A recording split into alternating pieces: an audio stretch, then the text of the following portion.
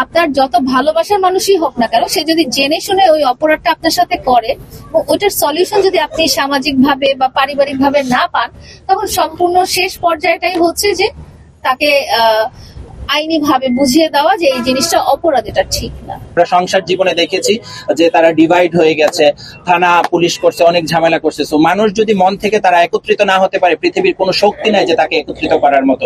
তো ওর সাথে মামুনের কোনো কম্পারিজন ওই ব্যক্তিগত ভাবে আসেই না। মামুনের জায়গা সব সময় আলাদা, ওইটা আসলে ইমনের সাথে আসে না। ইমন কন্টেন্ট ক্রিয়েটার, ও কো অ্যাক্টর, ও ছোট ভাই। কতবার কষ্ট দিয়েছে মামুন আপনাকে? এরকম কষ্ট আসলে সবাই দেয়, আপনারাও দেন মাঝে মাঝে। আপনি আজকে আমাদের সবাইকে কষ্ট দিয়েছেন, যদিও আপনি আসছেন, আমরা কিছু বলি নাই। আর একটা প্রশ্ন করি, ইদানিং দেখতেছি আপনি খুব রোমান্টিক মুডে ইমন নামে একটা ছেলের সাথে আপনি বিভিন্ন অঙ্গভঙ্গি দিয়ে বিভিন্ন ভাবে ভিডিও ছাড়তেছেন। আসলে লাইলার সাথে যদি আমি লাইলা আপনাকে বলি, মামুনের সাথে যদি ইমনকে আমি পার্থক্য করতে বলি, তাহলে কাকে কত দিবেন? ইমন হচ্ছে আমার কো অ্যাক্টর এবং আপনাদের সাথে পরিচয় করে দিয়েছি, ও ছোট থেকে ছোট ভাই। তো ওর সাথে মামুনের কোনো কম্পারিজন ওই ব্যক্তিগত ভাবে আসেই না। মামুনের জায়গা সব সময় আলাদা, ওইটা আসলে ইমনের সাথে আসে না। ইমন কন্টেন্ট ক্রিয়েটার, ও কো অ্যাক্টর, ও ছোট ভাই, এই হিসেবেই আসে। অনেকেই বলতেছে ইমনের সাথে আপনি প্রেম করেন, বিভিন্ন ধরনের কথাবার্তা বলতেছে, বিভিন্ন জায়গায় যান, এখানে দেখেছেন নাকি কোথাও? জি আপু, দেখেছেন নাকি? না, সোশ্যাল প্ল্যাটফর্মে তো আপনারা ভিডিও আপলোড করেন। এরকম গুঞ্জন বিডি ইমরানকে নিয়েও হয়েছে যে বিডি ইমরানের সাথে আমার কোনো রিলেশন আছে কিনা। আমার সেল দিতে নাকি লাইলা 10 লক্ষ টাকা দিয়েছে, এরকম অনেক। এটা তো আসলে বিডি ইমরান নিজে বলেছে আপনি তাকে 8 লক্ষ টাকার অফার একটা জিনিস, আর দিয়ে দেওয়া হচ্ছে আরেকটা জিনিস। কেউ যখন ঠেকে যায়, তখন যদি আপনার কাছে থাকে, তখন আপনি হয়তো এগিয়ে আসবেন আপনার পরিচিত মানুষ হিসেবে, যে ঠিক আছে ওকে আমি একটু সাপোর্টটা দেই। বাট যেটা হয়েছে যে ইমরানকে নিয়েও লোকজন বলেছে যে ইমরানের সাথে আমার রিলেশন, বাট এটা ভার্চুয়াল প্ল্যাটফর্ম। আসলে লাইলা আপু, একজন এত মানুষ থাকতে আপনি বিডি ইমরানকে 8 লক্ষ টাকার অফার দিয়েছেন, বিষয়টা আসলে অন্যরকম না? অফার না, যেটা হয়েছে যে বিডি ইমরান কিন্তু 8 লক্ষ না 7 লক্ষ। বিডি ইমরান কিন্তু ওর সাথে আমার চেয়ে মামুনের অনেক আগে থেকে সম্পর্ক, একদম ছোটবেলা থেকে, যখন ওরা দুজন একসাথে ভিডিও করতো। আপনারা দেখেছেন ওরা দুইজন একসাথে বাংলাদেশকে রিপ্রেজেন্ট করেছে, এই ধরনের ভিডিও খুব ভাইরাল হয়েছিল লাল নীল চুলের কালার থেকে। তো ও মামুনের কাছের মানুষ হিসেবে আমারও কাছের মানুষ। শুধু ওই না, আমাদের যত কাছের মানুষ আছে তারা যখনই তাদের কোনো সাপোর্ট লাগে আমাকে জানিয়েছে বা মামুনকে জানিয়েছে। শুধু আমাকে না, যখন মামুনকে জানিয়েছে মামুনও করেছে। আর যদি আরেকটা বিষয় বলি লাইলা আপু, আপনার সাথে যাদেরই আমরা দেখি, তারা যখন আপনার পাশে থাকে তখন আপনার গুণগান করে, যখন মামুনের পাশে থাকে মামুনের গুণগান করে। এই বিষয়টি আপনি কিভাবে? এটা ওরা না আমাদেরকে আলাদা করে আসলে দেখে অভ্যস্ত না, ওরা ইউজ টু না। তো ওরা বুঝতে পারে না যে দুইজনকেই তো আমরা ভালোবাসি। তো এখন ওর কথা একে বলে ও হয়তো দুঃখ পাবে। বাট আমার কাছে কেউ মামুনের বদনাম কেউ কখনো করেনি। বলেছো তুমি? না, আমি কখনো করিনি। আচ্ছা আপু, আপনার ভিডিও ছাড়লেই মানুষ কমেন্টস করে গোপনে নাকি লাইলা আবার মামুনের সাথে প্রেম শুরু করছে, কাহিনী কি সত্যি? না, কাহিনী সত্যি না। না, যোগাযোগই তো নাই। আমি তো মানে এটা তো প্রেম না ভাই। আমি একটু প্রশ্ন করি লাইলা আপু, আপনার কাছে আসলে আপনার কাছে ভালোবাসার সংজ্ঞাটা? আমার কাছে ভালোবাসা দেখাচ্ছে তাকে শাস্তি করার জন্য হেনস্থা করছি।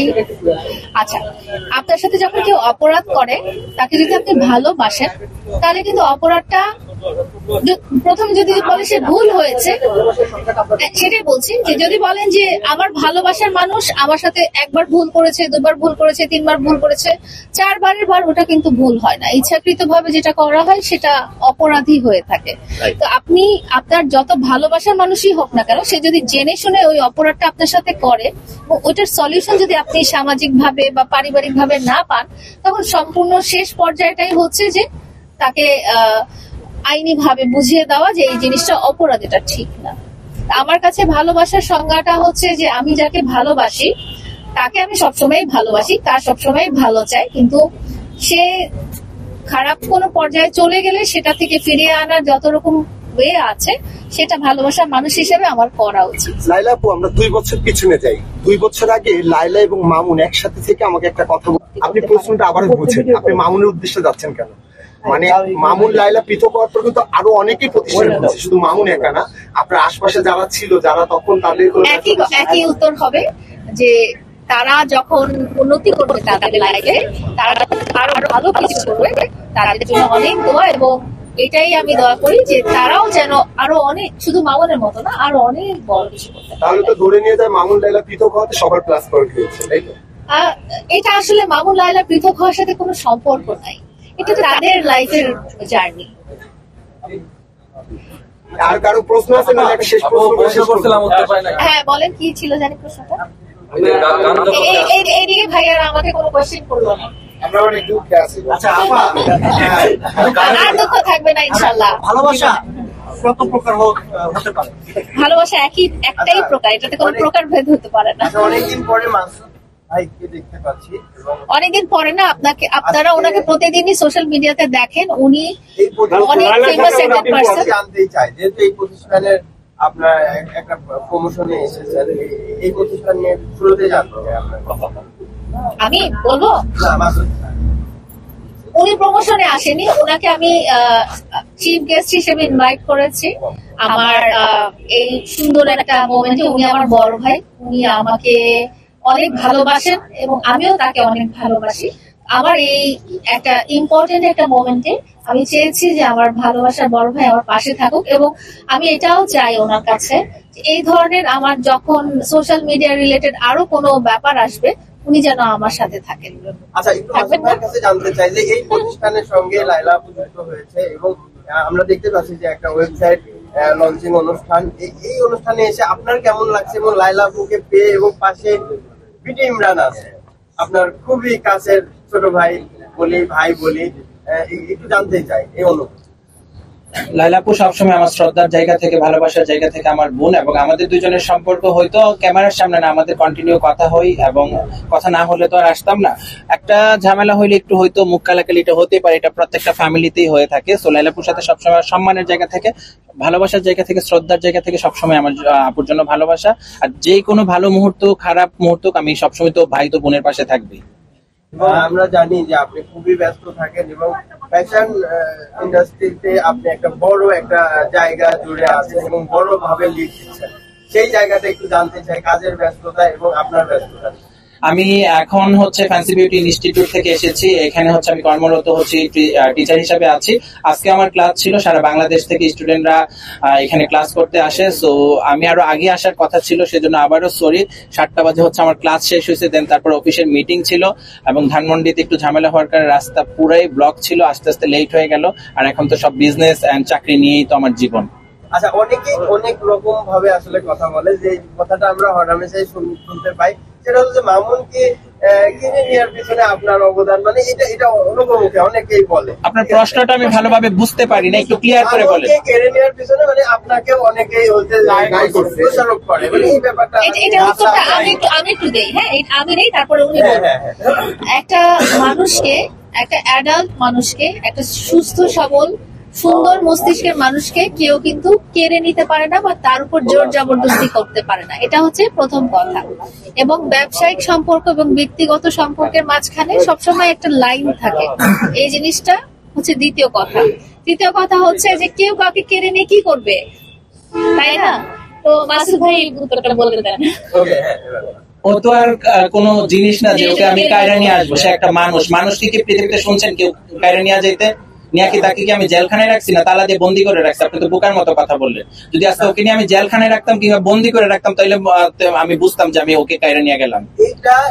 এটা নিয়ে অনেক কন্ট্রোভার্সি হয়েছে, আমরা দেখেছি অনেক কন্ট্রোভার্সি হয়েছে, এবং আজকে আপনি উপস্থিত আছেন বলে আপনাকে এই প্রশ্নটা করালো। কারণ সামনাসামনি একটা কথা যখন ক্লিয়ার হয় তখন সবাই জানে যে হ্যাঁ এর ভিতরে আসলে কি আছে। আমি আপনাকে এই জন্য প্রশ্নটা আমি মিথুনের সাথে একটু যুক্ত করি, মানে বিষয়টি কি আপনি আবারও একটু খেয়াল করবেন। এখানে মিথুন বারবার বলতে চাচ্ছে যে আসলে আপনাকে কিন্তু লায়লা এবং মামুন দুইজন খুব পছন্দ করে এবং দুইজনই আপনার কথা মানে।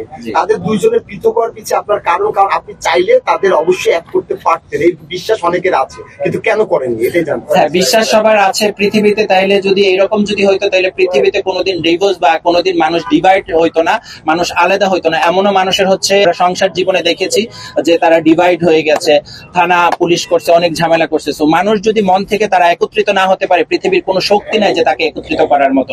এটা যদি কোনো একটা যদি লোহা বা কোনো একটা বস্তু বা কোনো একটা জিনিস হতো, ভাঙ্গা জিনিসটাকে আমি হয়তো গাম বা কোনো কিছু দিয়ে আমি আটকে দিতে পারতাম। এটা মানুষের মন থেকে যদি সে তার কাছে না আসে, পৃথিবীর কোনো শক্তি নাই তাকে একত্রিত করার।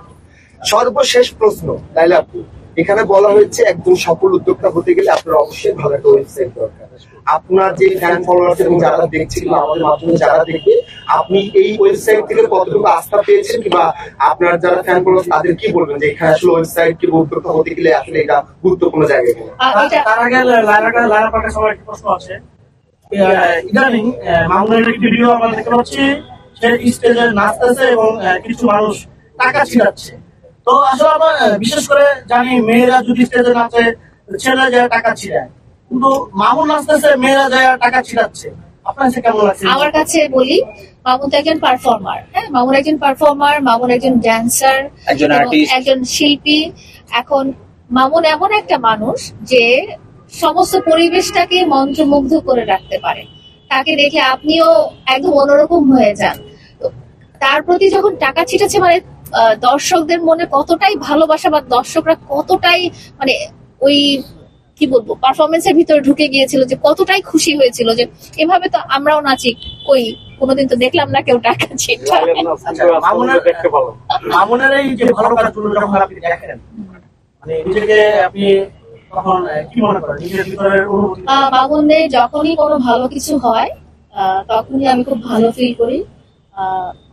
একাকিত্ব, শূন্যতা, একাকিত্ব, ওটা ব্যক্তিগত জায়গায় ওটা তো থাকবেই। একটা মানুষের সাথে এত বছর ছিলাম, ওটা তো আলাদা ব্যাপার। আমার প্রশ্ন উত্তরটা দিয়ে শেষ করে বলেন। আচ্ছা, আপনার প্রশ্নের উত্তরটা দিয়ে শেষ করছি। সেটা হচ্ছে যে খুব সুন্দর একটা ওয়েবসাইট আমার বানানো হয়েছে, এবং এই ওয়েবসাইটটা আমার ডিজিটাল যে প্ল্যাটফর্ম গুলো আছে, এই ডিজিটাল প্ল্যাটফর্ম গুলোকে আরো সুন্দরভাবে দর্শকদের কাছে পৌঁছে দিবে। এবং আমার এটা দেখা দেখি অন্যান্য কন্টেন্ট ক্রিয়েটাররাও কিন্তু উৎসাহী হবে এরকম একটা প্ল্যাটফর্ম রাখার জন্য, যেখানে সবাই বুঝতে পারবে তার অরিজিনাল আইডি গুলো কোনটা, তাকে কিভাবে হায়ার করা যায়, তাকে কিভাবে রিচ করা যায়। তো আমি বলবো যে আমি পাইওনিয়ার হয়ে এটা স্টার্ট করলাম, এবং আমি আশা করবো যে বাংলাদেশের সমস্ত যারা কন্টেন্ট ক্রিয়েটর আছে, বড় বড় যারা আছেন, যারা চান ডিজিটাল প্ল্যাটফর্মে আরো ভালোভাবে প্রতিষ্ঠিত হতে, তাদেরও ওরকম নিজস্ব ওয়েবসাইট থাকবে।